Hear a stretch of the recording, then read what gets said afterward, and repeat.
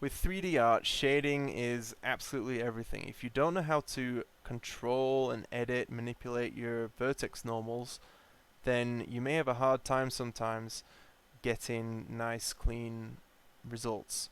Um, Especially when it comes to using booleans and having shading on, curved geometry. Now, I think it's really important that everyone knows about the data transfer modifier. Without the data transfer modifier, in this case, it's not too bad. It's actually quite clean, to be honest. But um, the data transfer modifier can clean this up. I did 2 examples of this, so maybe let's try it on this one. Sorry, that's the wrong one. If I turn it off here, you get some wobbliness there. Maybe it's just the matcap that you can't see it very well, but like here, with it on, we have all these jagged lines, but if we turn these on, then it's perfectly straight, and that's how it should be. So how do you modify those things? How do you use the data transfer modifier effectively? So that is what we're going to cover. So for this example, I'm just going to make a new collection, and I'm going to start off with a cube.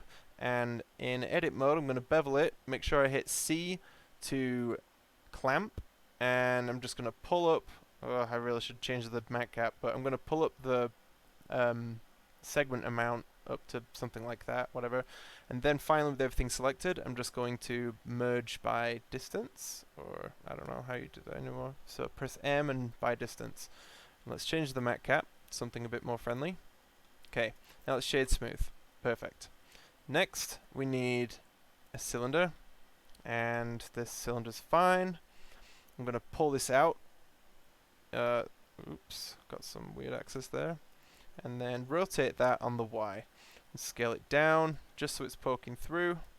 About there. Perfect. Okay, I'm going to shade smooth on this, and then go into the object properties, or the data properties, and check auto smooth. Put something like 60 or whatever. 30 was fine. Okay, so this is going to be our Boolean. Now we're going to, and I'm not going to be using any add-ons in this. I should have said that at the beginning. No add-ons. This is just, you can be using, Mesh Machine is for this stuff, and I highly recommend Mesh Machine. But this is how to do it without it. And I think it's super important to know how to do it without any of those add-ons, because those add-ons are building off of Blender functions and doing their own magic with it. But this is how you do it, with a blank slate. So let's add a Boolean modifier on this and grab the cylinder. Now we can hide that cylinder now. Before we apply it, though, we do need to apply it before we can start doing any data transfer modifier stuff. We want to duplicate this and get rid of the Boolean of that one that we want one clean slate. So we just have a sphere with perfect normals that we're going to transfer the normals of to the one that's all messed up. So let's call this, I like to call this nfix, which stands for normal fix, and then I can easily search for them whenever. It might be good to have a collection of those, I don't know. But I'm going to hide the normal fix one now. So I'm all good. I'm going to apply this. And then how do we start cleaning up this method? So with Mesh Machine, I can select this, do Control plus, and then do select loops, select boundary loop to get this. I have that on a hotkey on a mouse, so if I use that again, that's what I'm using. And then in this case, what a really great tool that Mesh Machine has is Boolean Cleanup. And it will essentially merge the vertices around it to one of the profiles, so either the sphere topology or the cylinder topology, so whichever one.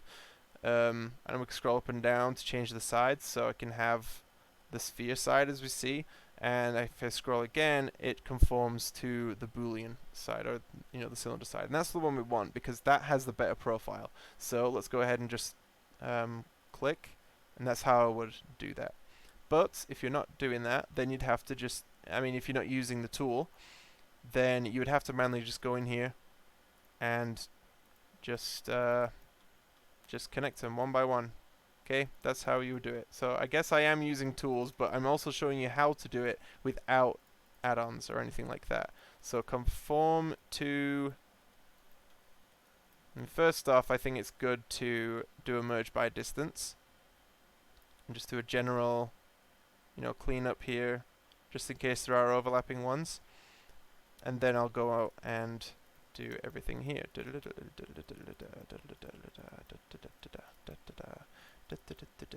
Oops, not that one, this one.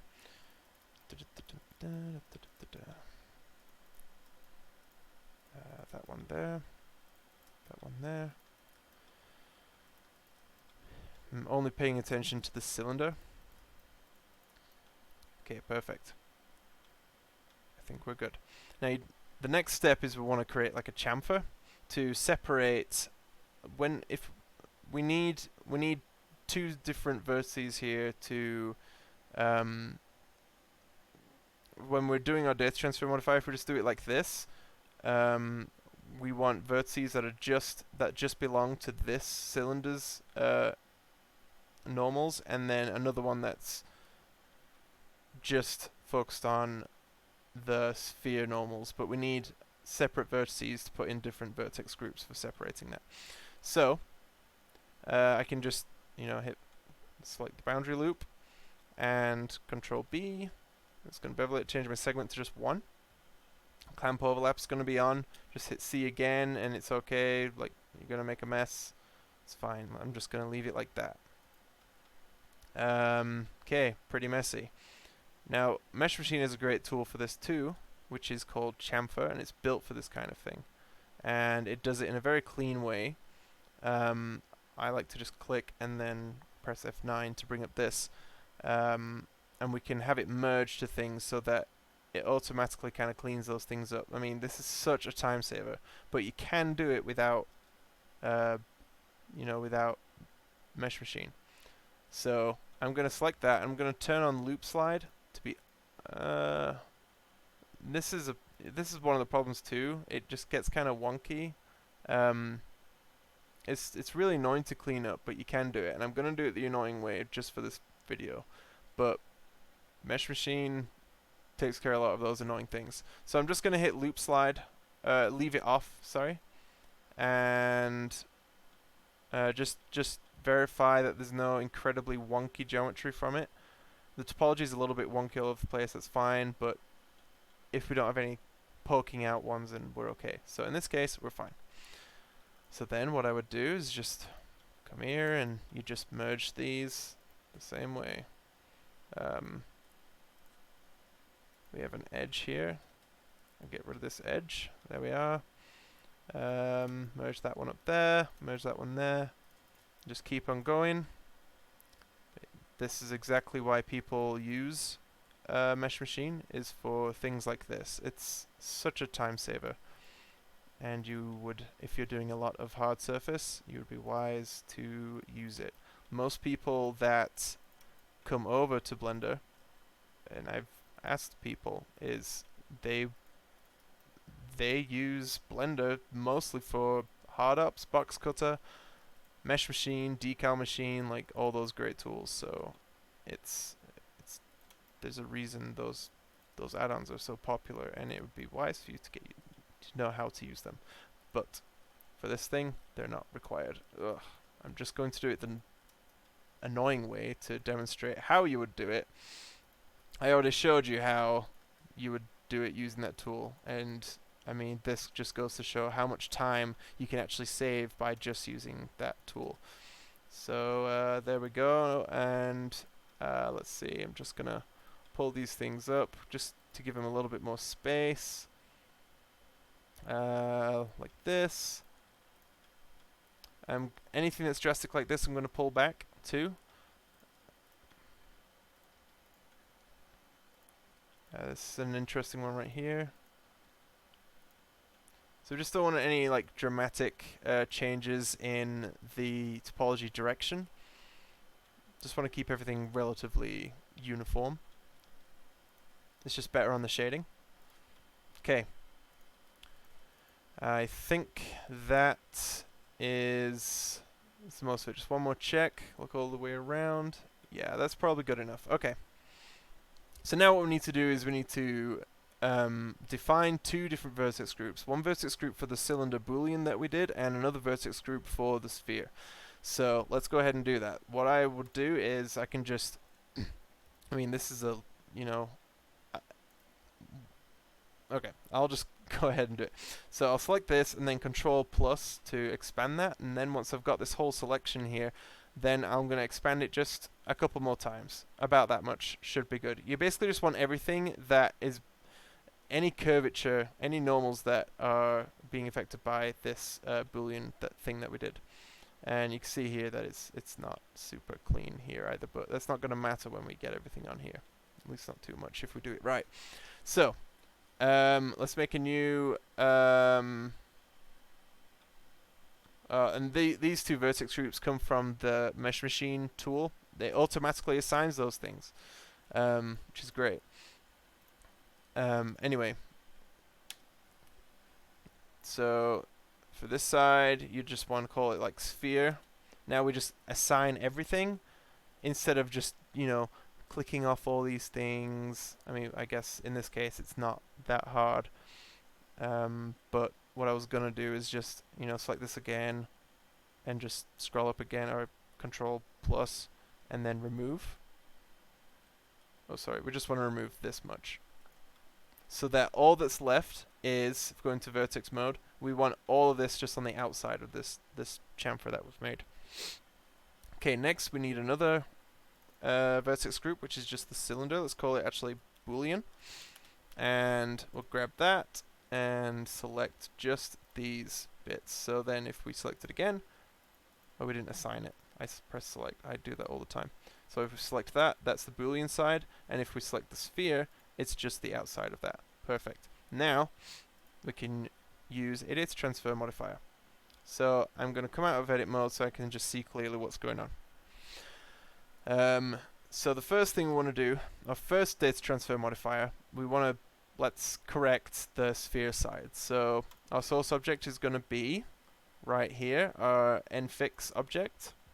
And now what do we want to modify? Our face corner data, so our normals essentially. And select custom normals here. And now it's going to tell us enable auto smooth in object data properties. Auto smooth essentially is just like allowing Blender to recalculate normals on the fly and do operations that calculate the normals instead of us just, you know, manual setting. Is it hard? Is it soft? We're letting Blender manage that. So that's really what auto smooth is, from what I gather and whatever experience I've had. So here we go. It's not going to be very pretty, but let's change it to sphere now. To our sphere, we're going to limit it just to our sphere vertex group, and then we can see it's done some. Like if we turn it off, it's a little bit of an improvement. It's almost better with the sharp edges on there, isn't it? But let's turn this angle up here. We want everything to be soft, so that's what it's like right now. And if we let's see. So with it off, it looks this bad. With it on, it cleans it up. Still not perfect though. So that's because we're using this nearest corner and best matching face. Now, what I've found from my experience is nearest face interpolated is really good for like smooth side of things. If you don't need any hard edges, if you're not transferring any hard edges from anything, then nearest face interpolated is typically like the go-to for me. And if we do that, we can see like, it's perfect over here. So even though our topology is pretty bad, it's transferring really great normals. So next thing is just grabbing our cylinder normals. So we can just copy this whole thing. I'll put that away. Let's change the Boolean to be, let's change the vertex group to be Boolean, and grab not the nfix but the cylinder. Ooh, it's horrible, and that's because we have nearest face interpolated. This is where we're going to want the nearest corner and best matching normal, because that actually gets the hard edges. If we do that, ooh, it looks kind of good but kind of not. The problem here is not the data transfer modifier, it's doing everything properly.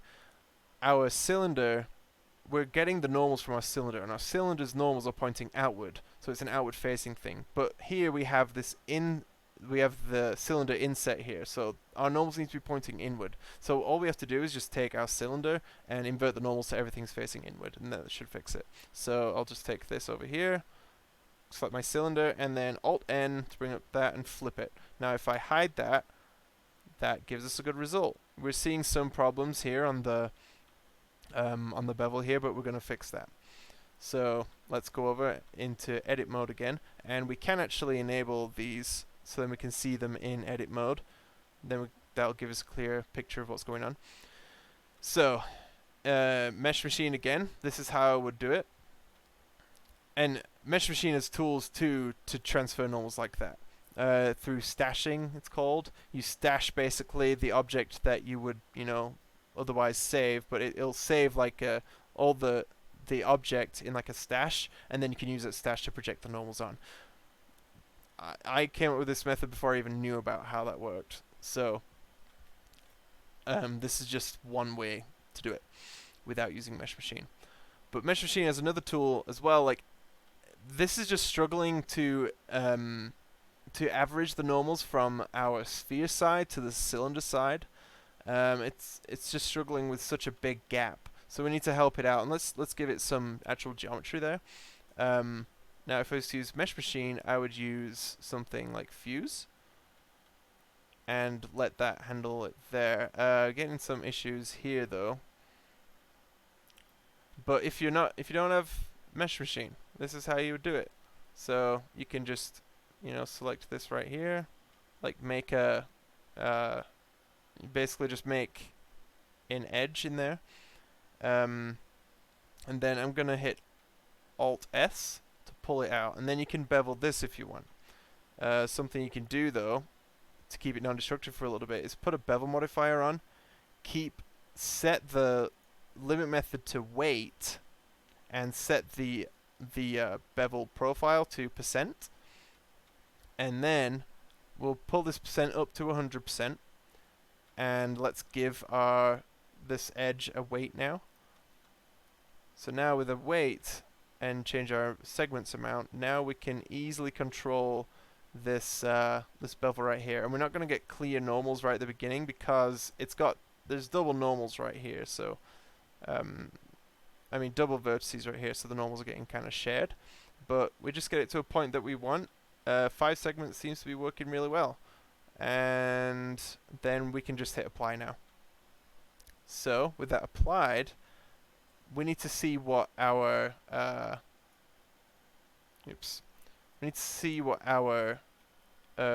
normals have done. So right here, like we can see, there's some doubles here that we can actually get rid of. Before I do that though, I'm actually going to come down to my data properties and look at my vertex groups, and I'm going to hit select in vertex mode. Select my sphere, and what is selected? Oh, all those are selected. We don't want this vertex group to affect the bevel. We want the bevel to be completely clear. So essentially what I'm going to do is I'm just going to take this and grow it up to right here and do remove. So that cleans that up. If we hit sphere now, if we hit select, we only want these outside ones. And now we can, alt select this and get rid of it. So now we have a nice easy transition from this outside to the inside. Okay, next thing is look at this side. Select this, and oh look, we don't want the cylinder to affect these normals, so I'm just gonna scroll what I want right here, like this is all I want, and hit Control I to invert that, and get rid of this loop, and remove. Now I can get rid of that loop there, and there we have it. So any like sharpness here may just, like, we're seeing like little sharp bits here and there. What you can do is if you select both of these and make your own, like I've already made my own here, but if I just make my own transform orientation thing here, it's going to find the average axes there. I can make this one my active and change my pivot point to active element and scale. Oh, sorry, select this whole thing. So click that, shift select or control select that, so that's our active. And now we can scale this a little bit on, you know, just up a bit and get that curvature back. So now it's not as drastic there. You know, if we put more vertices on our cylinder, then that wouldn't be as dramatic. But that's something you can do to manually clean those up. If we wanted a bevel right here, we're going to get a little bit of interesting results because all these vertices are going to be part of the cylinder vertex group. So I can just take this, press Ctrl B, give it some, you know, some geometry, and that's, you know, that's definitely a lot sharper than we wanted. But if we go back and if we just go into vertex mode and select our Boolean one, we see that it's affecting all that, and we don't want that. So I'm gonna essentially just grab, like, if I just deselect this is where we want the Boolean stuff, and deselect that, that's where we want our Boolean normals. I'm gonna just keep the inside of this bevel and remove that from the vertex group, and now it's clean. So anyway, there's some insight, I guess, on the data transfer modifier. It's incredibly useful, and I don't see it being used in the community. People, I mean, rightfully so, are, you know, they are referring to Mesh Machine and those kinds of tools, and that's fine. But doing it this way also allows you a little bit more control. Like, I don't know, you don't have to know how the add-on is built and set up, and I still highly recommend Mesh Machine because it does all this kind of automatically. It's just really good to know how to transfer things at a very basic level, because you can do this for anything. And anyway, it's just one method for you. A bit of a lengthy video, but you know, some tutorials can't just be snappy 1-minute tutorials. Like, some things need to be walked through. So anyway, I hope that helped. Yeah, like, this looks nice. Let's try it on with a different mat cap. Looking good. And maybe we'll do a comparison thing right here. So let me put the stripy one on again and turn these off. Yeah, you can already see that. Lots of wavy topology there. I mean, thankfully this is not, I mean, this is pretty straightforward, this stuff. We don't even really need a data transfer modifier here. In some cases you do, though. Like, you have more complex shapes that you are booleaning out, so that could be really helpful for that. So if I just put on the first one, it's probably fine. The second one doesn't really add a whole lot, but I guess it does tighten it up there. And this is the workaround of, instead of using a weighted normal modifier, like that's really good for flat hard surfaces, but you can't really use a weighted normal modifier for things that are curved, that have like triangles and stuff. It struggles in that case. So this is the method you would go. Anyway, that is the end. Bye bye.